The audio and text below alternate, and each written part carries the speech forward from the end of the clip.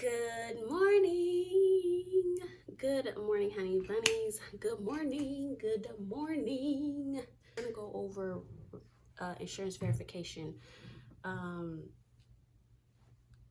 if this is your first time coming across my video, my name is Evie Ruger, Evie Higger. Hey, hey, boy, hey. Hola, konnichiwa, wawa. I am a hospital medical biller. I've been in the health field for a very long time. But I just this is last year. Last year I moved, so I'm still in the same field, just with a different company. Now with the billing role, like everywhere you go is different. Like there's some roles where all you'll do is just bill, and you'll do collections. Some roles where you only bill at all. Some you'll do insurance verification. It depends where you go. With this new position, I am billing. I do some insurance verification here and there, depending on why the claim rejected. And I'm actually now doing Medicare. Like I've never done Medicare before. Like mostly all of my job responsibilities that I had in the past were pretty much with commercial insurances. So to be able to do Medicare, I'm so happy because I've always wanted to learn how to. And it's really not that hard, but I'm definitely learning, and it's definitely been a great experience thus far. So I kind of want to touch base of what insurance verification is and why it's very important. I feel like insurance verification is probably the most important and vital part of the billing cycle, because if, let's say, this is pretty much for like a doctor's office, because hospitals is different. Hospitals and doctor's offices are totally different. But like, let's say if you you don't verify the patient's insurance, and the patient owes a copay and comes into the office, and you're like, you have to pay this or you have to pay that, and the patient didn't even know, or the insurance won't even cover the visit, so therefore the doctor's not going to get paid. It can cause a lot of mess. Like let's say if they need authorization for a procedure or whatever the case may be, and you don't verify the insurance, it can cause a lot of headache, and we don't want that. Like, yes, the medical field, it's pretty exciting, but at the same time it can be like, oh my gosh, like bro, like I have those days. Monday was a day for me because I was coming across, there's this one facility that I built, and I was coming across a lot of accounts where they were putting in the RX, like the prescription drug card, in as the medical card. And it's like, what? Like, are you not seeing what I'm seeing? At the end of the day, you're creating more work for me, but I guess. But the first part of verifying insurance is making sure that you obtain the correct insurance information. I kind of want to speak, let's say, from a doctor's office standpoint of view. So let's say a patient calls in to schedule for an appointment. They're a new patient. When a patient calls in to schedule for their appointment, you want to make sure you gather every single piece of information that you can possibly can. You want to make sure that you're asking questions. The first question and you want to ask is, do they have insurance?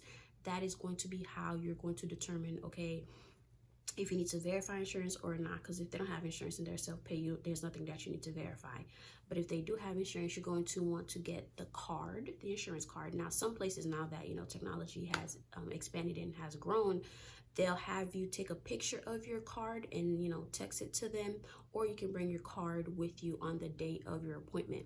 But usually on a phone call, when a new patient calls in to schedule an appointment, they'll take patient's name, last name, address, the name of the insurance. Like, let's say if they're insured with their job, they'll get the name of the insurance, the group name, the group number, the group name, the ID number, and the insurance's name, and they'll go ahead and verify it. When you are obtaining information from a patient, you want to make sure and ask if they have primary and secondary. If they say, no, I don't have secondary, I just have primary, make sure to obtain all of the information that you need from them, because when it comes time to verify, You don't want to be stuck in loopholes and be like, oh crap, I have to call the patient because I forgot to ask this or I forgot to ask that. So write down, I'm going to put on the side what you should be asking when you do, like when a patient does call in to schedule an appointment and it's their first time and you're asking for insurance information. Second, once you've gathered all of your information, it is time for you to verify that insurance. Now there are so many different insurance portals. There's the Medicaid portals for the different states. There's the Medicare portal. And then there is Availity. Availity is most popularly known for like Blue Cross Blue Shield, Aetna. What else is on Availity? It's a lot of stuff on Availity, but Availity is pretty much has a lot of insurance carriers on there. And with Availity, you can verify insurance eligibility, you can do claim status check, you can do a lot on there. And if the insurance is not on Availity, they'll probably have their own portal. Like for example, United Healthcare has their own portal, Cigna has their own portal, and I want to say that's it. Medicare has their own portal. So once you obtain the insurance information, you now want to, if it's, let's use Blue Cross because Blue Cross is a very popular insurance. My opinion, I'm gonna be very honest, I hate Blue Cross. I just hate them so much, but they're very popular, but we're gonna use them. So let's say the patient has Blue Cross. Once you obtain their information, one thing to know about Blue Cross, and you'll start to learn about certain insurances. Like with Blue Cross, there's 3 letter prefix before the number. Like for example, let's say the 3 letter prefixes like TDY or YRK, but there's always going to be a 3-letter prefix before the number. So let's say you're gathering the information from the patient and they're giving it to you from their card and they don't give you a prefix, automatically be like, that's not a Blue Cross policy number, or that's not a Blue Cross ID number, because it will always start with a 3-letter prefix, okay? So once you've gotten that, you go to Availity, you go to the Blue Cross Blue Shield portal, you plug in all of your information. There's certain ways that you can check eligibility with Blue Cross patient. One thing, that's why I say I hate them, because they don't give you that option to check eligibility without the patient ID. Like you have to have the patient ID. There's like, for example, Aetna, they'll let you search it up by the last name, date of birth, and patient's first name. But Blue Cross doesn't do that. They'll let you search by ID, date of birth, ID, last name, date of birth, ID, first name. Like there's different variants that you can use with Blue Cross. So you'll just choose whatever, fits your liking or whatever you want to do. And you'll plug in the information and it'll bring up the eligibility. Now, when you are checking eligibility, which is also verifying the insurance, you want to make sure that it says active. If it says inactive, you are going to call the patient and let the patient know that they do not have active insurance, and you'll give them the options. If they don't have active insurance, there's an option to be self-pay, or if they don't want to come in, they don't want to come in.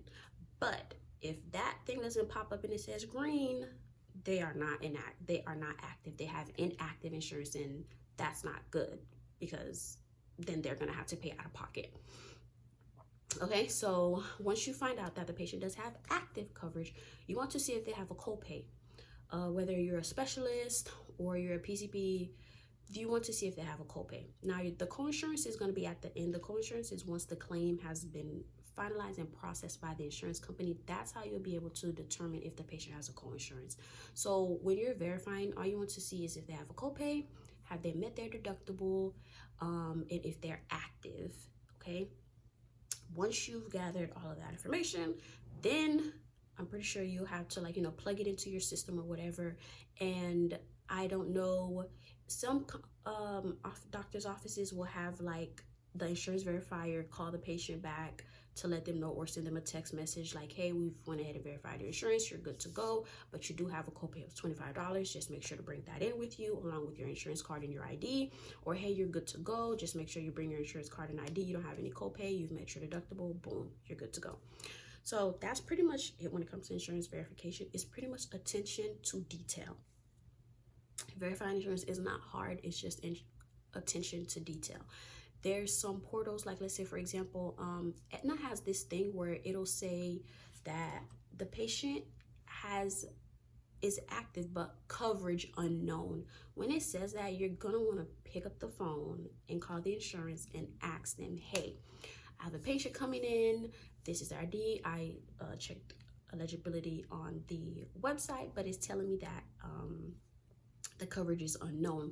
Do they have insurance? Do they not? Are we able to see them? Are we not able to see them? So when you come across something like that, you want to make sure that you pick up the phone and you call the insurance. Or if you do come across something that you don't know how to go about it with, you want to make sure you call that insurance so you can make sure that the patient visit will be covered, so therefore your doctor gets paid and everybody is happy. Okay. Also, when you're like, let's say this is more for like specialists, if the patient needs like an authorization or a referral, you want to make sure that that gets obtained as well.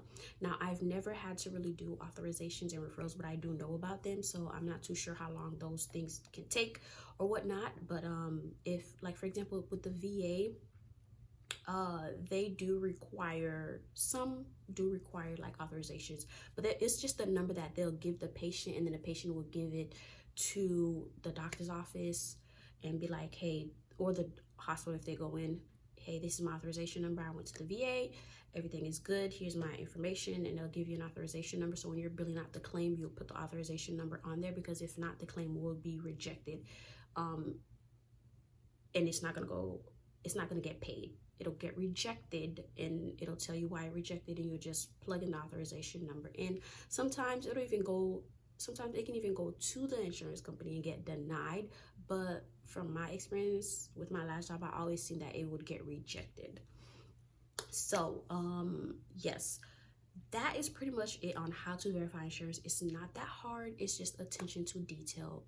Make sure you ask questions, ask a lot of questions, ask yourself questions. Like as you're working an account, be like, okay, what is the patient's date of birth? What is the patient's name?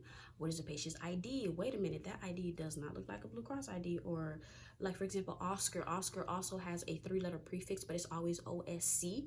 So if the patient is saying that they have Oscar and you don't see that OSC before the numbers, that's when you'll be like, okay, yeah, this patient doesn't have an Oscar. So ask yourself question and pay attention to detail. Pay close attention to detail. It's really not that hard. Sometimes people like to overcomplicate things, and it's really not that complicated. So verifying insurance, make sure you gather all the information that you need: patient first and last name, patient's date of birth, patient's ID. If they are being sponsored by their job, you need the member ID number, the group number, and the group name. And also it'll pop up on there, but I'm just saying to gather that information so you can plug it into your system as well. Just in case if for some reason the portal doesn't show it, you'll have all that information. Okay, and make sure to have a picture copy of the patient's insurance card, because let's say for example you gather all your information, but you make a mistake. The patient does have active coverage, but while you're typing in, instead of typing O for Blue Cross, you actually put a 0, and that once the patient is seen or whatever, you go out to bill the claim, it gets rejected because they're saying they can't find the member ID or the subscriber ID is not found. You want to make sure you have a picture of the insurance card so you can always go back and check all of the information to make sure that it does match. Okay, so make sure, it's very important to have a picture of the patient's ID card, driver's license, because sometimes they'll have the wrong address and it'll be like the zip code doesn't match or whatever. It's very little tedious things, so it's pretty much paying attention to detail.